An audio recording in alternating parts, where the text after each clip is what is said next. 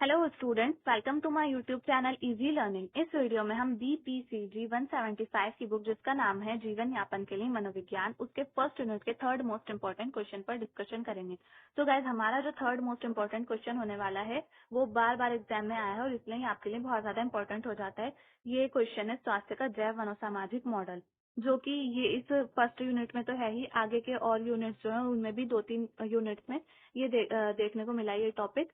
ये जो टॉपिक है काफी ज्यादा इंपॉर्टेंट है और अगर आप ये करके जाते हैं तो आपके एग्जाम में आने के इसके पूरे पूरे चांसेस हैं। तो मैं आपसे कहना चाहती हूँ, वीडियो स्टार्ट करने से पहले अगर आपने मेरे चैनल को सब्सक्राइब नहीं किया तो प्लीज चैनल को सब्सक्राइब करें, वीडियो को लाइक करें, शेयर करें, और अगर आपको नोट्स चाहिए तो आप व्हाट्सएप पर कॉन्टैक्ट कर सकते हैं। तो चलिए हम देख लेते हैं स्वास्थ्य का जैव मनोसामाजिक मॉडल क्या है। स्वास्थ्य विभिन्न कारकों से प्रभावित होता है। जैसे जैसे हम बढ़ते हैं और विकसित होते हैं, हम अपने आत्म पहचान की संकल्पना बनाते हैं। इससे हमारे सोचने, समझने और व्यवहार करने के तरीके प्रभावित होते हैं। तो स्वास्थ्य, हमारा जो हेल्थ होती है वो अलग अलग कारकों से प्रभावित होता है, जैसे कि जैविक कारक हो गए, मनोवैज्ञानिक कारक हो गए। इन सब चीजों से जो हमारा स्वास्थ्य है वो बनता बनता है। जैसे हमारा मेंटली भी, हमारा जो मेंटल हेल्थ है वो भी अच्छी होनी चाहिए, फिजिकल हेल्थ है वो भी अच्छी होनी चाहिए। तो इस तरह से अलग अलग कारक हो जाते हैं। अब जिस जिस तरीके से हम बढ़ते जाते हैं, विकसित होते जाते हैं, तो हमारी जो पहचान होती है, हमारी जो आत्म होता है, सेल्फ होता है, वो भी बनता जाता है। उसकी जो एक संकल्पना कह सकते हैं, अवधारणा कह सकते हैं, वो बनती जाती है। हमारे सोचने समझने के तरीके, सोचते हम अलग तरीके से सोचने लगते हैं। जब छोटे होते हैं तो हमारी समझ कम होती है, सोचने का तरीका भी कम होता है, व्यवहार करने का तरीका भी अलग होता है। लेकिन जैसे जैसे हम बड़े होते हैं तो सोचने समझने का तरीका, हमारा बिहेवियर, सब कुछ चेंज हो जाता है। इसके परिणाम स्वरूप विभिन्न स्थितियों में हमारा स्वास्थ्य, कामकाज और समायोजन सुगम या बाधित होता है। इससे कुसमायोजन, मानसिक स्वास्थ्य संबंधी समस्याएं और मानसिक विकार पैदा हो सकते हैं। इन मनोवैज्ञानिक कार्यों की व्याख्या करने के लिए विभिन्न उपागमों का उपयोग किया गया है। तो जब भी हमारा स्वास्थ्य प्रभावित होता है विभिन्न स्थितियों में, तो हमारे जो कामकाज करने का तरीका होता है, समायोजन होता है, एक तरीके से तालमेल हम कह सकते हैं, वो खराब होने लगता है। हमें मानसिक स्वास्थ्य समस्याएं आने लगती हैं। मानसिक, मेंटली तौर पर हम वीक होने लगते हैं और कुछ समायोजन होने लगता है, हम लोगों के साथ तालमेल नहीं बना पाते हैं। मानसिक विकार, मानसिक बीमारियां पैदा होने लगती हैं। तो मानसिक जो मनोवैज्ञानिक विकार हैं उसकी व्याख्या करने के लिए काफी सारे इसमें उपागम दे रखे हैं, उनके बारे में हम डिस्कशन करेंगे। तो हमारा पहला उपागम आएगा जैविक उपागम। जैविक उपागम होता क्या है? अ, ये एक ऐसा ये ऐसा चिकित्सा मॉडल है जिसमें मनोवैज्ञानिक विकारों और समस्याओं के लिए जैविक कारकों को उत्तरदायी माना जाता है। आई होप ये समझ में आ गया होगा आपको। चिकित्सा के लिए यानी कि देखभाल के लिए, या फिर हम जैसे बीमार होते हैं तो उसमें हमें देखभाल की जरूरत पड़ती है, दवाइयों की जरूरत पड़ती है, तो वही चिकित्सा होती है, चिकित्सा मॉडल है।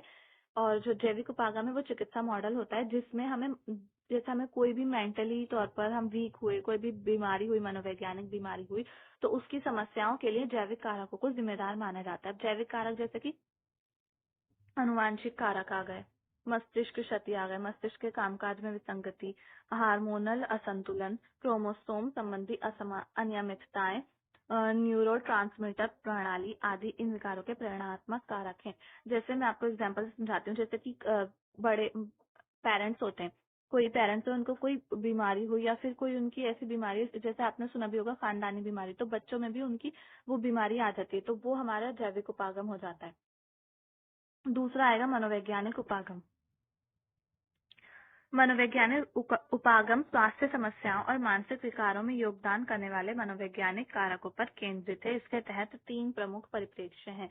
तो मनोवैज्ञानिक उपागम जो होता है वो स्वास्थ्य समस्याओं और मानसिक विकारों में योगदान देने वाले जो मनोवैज्ञानिक कारक होते हैं उन पर केंद्रित होता है। और वो 3 कारक जो है वो हम अभी पढ़ेंगे। पहला है मनोगेतिक परिप्रेक्ष्य। तो मनोगेतिक परिप्रेक्ष्य ये वर्णित करता है कि व्यक्ति द्वारा अचेतन मन में अस्वीकार्य और धमकी भरे विचारों और इच्छाओं का दमन करना मानसिक विकारों और कुसमायोजित व्यवहारों को सृजित करता है। मतलब जो हमारा मन होता है उसके अंदर कुछ ऐसी धमकी भरे विचार होते हैं, कुछ डर होता है और कुछ कुछ अवसाद होता है, कोई प्रॉब्लम होती है, तो उससे हमारी जो इच्छा होती है हम उसका दमन करते हैं। तो ये भी हमारे मानसिक विकार का एक कारण बन सकता है। मनोवैज्ञानिक उपागम, हमारे मन में कुछ डर भर जाता है, कुछ डर आ जाता है, या फिर किसी और वजह से हम लोग चिंता में रहते हैं, स्ट्रेस में रहते हैं, तो और उसकी वजह से हम जो हमारी इच्छाएं होती हैं, या फिर हम ठीक ढंग से ठीक ठीक तरीके से बोल नहीं पाते हैं, खुद को एक्सप्रेस नहीं कर पाते, हमारी इच्छाएं उनको दबाते हैं। तो ये हमारा मनोगैतिक परिप्रेक्ष्य हो गया। अब व्यवहारगत परिप्रेक्ष्य ये मानता है कि कुसमायोजित चिंतन और व्यवहार पर्यावरण से सीखे जाते हैं। मतलब जो हमारे आसपास का पर्यावरण होता है उससे हम कुसमायोजित चिंतन सीखते हैं और जो व्यवहार होता है उसी से ही हमारा बनता है। अ, तो आई होप ये तो छोटा सा आपको समझ में आ गया होगा और ये बहुत इजी भी है। संज्ञानात्मक परिप्रेक्ष्य। तो संज्ञानात्मक परिप्रेक्ष्य क्या होता है?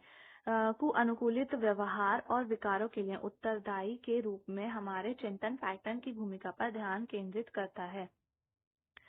ये अतार्किक चिंतन पैटर्न और अतार्किक मान्यताओं के कारणों के रूप में बताता है।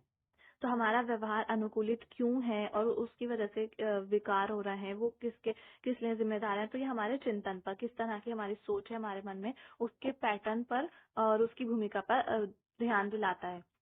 हम किस तरह से सोच रहे हैं, हमारे मन में किस तरह के विचार आ रहे हैं और उसके आधार पर हमारा किस तरह से व्यवहार हो रहा है और उसके ही आधार पर हमारा जो बिहेवियर है वो चेंज हो रहा है और हमारे जो है हम मेंटली वीक हो रहे हैं, हमें बीमारियां हो रही हैं। तो ये बताता है संज्ञानात्मक परिप्रेक्ष्य। अब हमारा तीसरा उपागम है सामाजिक सांस्कृतिक उपागम। तो ये बहुत इजी उपागम होता है। मैं भी आपको पढ़ के बताऊंगी तो आपको समझ में आ जाएगा। व्यक्ति एक दूसरे से पृथक नहीं है, वे समूह परिवेश में रहते हैं और कार्य करते हैं, इसलिए कुसमायोजन और मनोवैज्ञानिक विकारों के कारण के रूप में परिवार, समुदाय, समाज, सामाजिकरण प्रक्रिया और सांस्कृतिक व्यवहारों की भूमिका से इनकार नहीं किया जा सकता। यानी कि जो हमारा परिवार होता है, समुदाय होता है, समाज होता है और हमारी संस्कृति होती है, उससे हम जो है व्यवहार करना सीखते हैं। जो बच्चे होते हैं वो अपने आसपास की चीजों को देखते हैं, पर्यावरण से व्यवहार करना सीखते हैं और हम इससे मना भी नहीं कर सकते, इनकार भी नहीं कर सकते कि ऐसा नहीं होता। सामाजिक सांस्कृतिक कारक हमारे विचारों, दृष्टिकोणों और संवेगों को प्रभावित करते हैं। जो मैंने अभी आपको बताया, जो सामाजिक सांस्कृतिक कारक होते हैं वो हमारे विचारों को, हम किस तरह से सोच रहे हैं, हमारा क्या दृष्टिकोण बन रहा है, हमारे इमोशंस क्या है, संवेग का मतलब होता है इमोशंस, हम किस तरह से इमोशनली डेवलप हो रहा है। तो इस सब चीजों को हमारे जो सामाजिक सांस्कृतिक कारक होते हैं वो प्रभावित करते हैं, जो आगे हमारे समायोजन, कार्यप्रणाली और कुशलक्षेम को भी प्रभावित करते हैं। आई होप आपको समझ आ गया होगा। हम किस तरह से काम कर रहे हैं, हम किस तरह से दूसरों के साथ बिहेव कर रहे हैं, तालमेल किस तरह से बना रहा है, कुशलक्षेम को भी प्रभावित करते हैं ये सब। अब जैव मनोसामाजिक मॉडल के बारे में है थोड़ा सा, ये ऊपर हमने पढ़ लिया और बाकी थोड़ा बहुत इसका है इसको किसने विकसित किया, तो इसके बारे में मैं आपको पढ़कर बता देती हूँ, समझ आ जाएगा आपको। स्वास्थ्य का जैव मनोसामाजिक मॉडल स्वास्थ्य के प्रति एक समग्र उपागम है। मतलब जो जैव मनोसामाजिक मॉडल है उससे हमें किसी भी लोगों के स्वास्थ्य के बारे में पूरी तरह से सारी जानकारी मिलती है। समग्र उपागम मतलब सारी चीजें हमें इसमें मिल जाती हैं, जिसे 1977 में जॉर्ज एल एंगेल द्वारा विकसित किया गया था। ये असामान्य चिंतन और व्यवहार की व्याख्या करने के लिए जैविक, मनोवैज्ञानिक और सामाजिक सांस्कृतिक के उपरोक्त सभी उपागमों को जोड़ता है। मतलब जो अभी मैंने आपको ऊपर तीनों उपागम बताए, तो वो तीनों उपागमों को जैव मनोसामाजिक मॉडल जोड़कर बताता है कि किस तरह से किसी व्यक्ति का चिंतन और उसका व्यवहार करता है, वो सबकी व्याख्या करता है जैव मनोसामाजिक मॉडल ऊपर के तीनों चिंतन को, तीनों उपागम को जोड़कर। ये मानव विकास, समायोजन और स्वास्थ्य को प्रभावित करने वाले विभिन्न कारकों पर समग्र दृष्टिकोण रखता है। जैसे जैविक कारक व्यक्ति को आक्रामक होने के प्रति असुरक्षित बना सकते हैं। जैविक कारक जो भी मैंने आपको बताया वही, तो जैविक कारक ऐसे होते हैं कि अगर कोई व्यक्ति आक्रामक हो जाता है, अग्रेसिव हो जाता है, तो उसके लिए वो सुरक्षा पैदा कर सकते हैं। परंतु पर्यावरणीय कारक इसके प्रकटन का कारण बन सकते हैं। इसी तरह पर्यावरणीय कारक भले ही किसी व्यक्ति को असुरक्षित बनाते हों, सामाजिक सांस्कृतिक कारक सुरक्षात्मक कारकों के रूप में कार्य कर सकते हैं।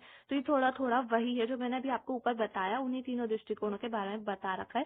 एक तरह से कंपैरिजन है ये कि ये जैसे जैविक कारक अगर ऐसा कर सकते हैं तो पर्यावरणीय कारक ऐसा कर सकते हैं, सामाजिक सांस्कृतिक कारक ऐसा कर सकते हैं। सो आई होप यहाँ पे समझ आ गया। यहाँ पर ये फिगर बनाई हुई है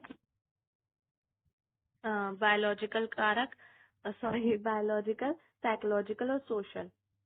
सो किन किन चीजों से प्रभावित होते हैं? बायोलॉजिकल होते हैं फिजिकल हेल्थ, जेनेटिक वॉल्यूनरेबिलिटी और ड्रग इफेक्ट।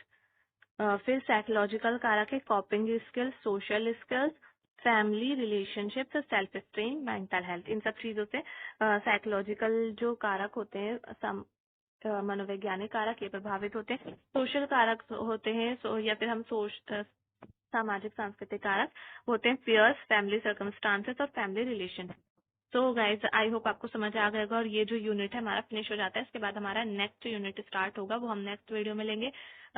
इस वीडियो में सिर्फ इतना है। अगर आपको वीडियो पसंद आए तो प्लीज वीडियो को लाइक करें, शेयर करें, चैनल को सब्सक्राइब करना ना भूलें। थैंक्स।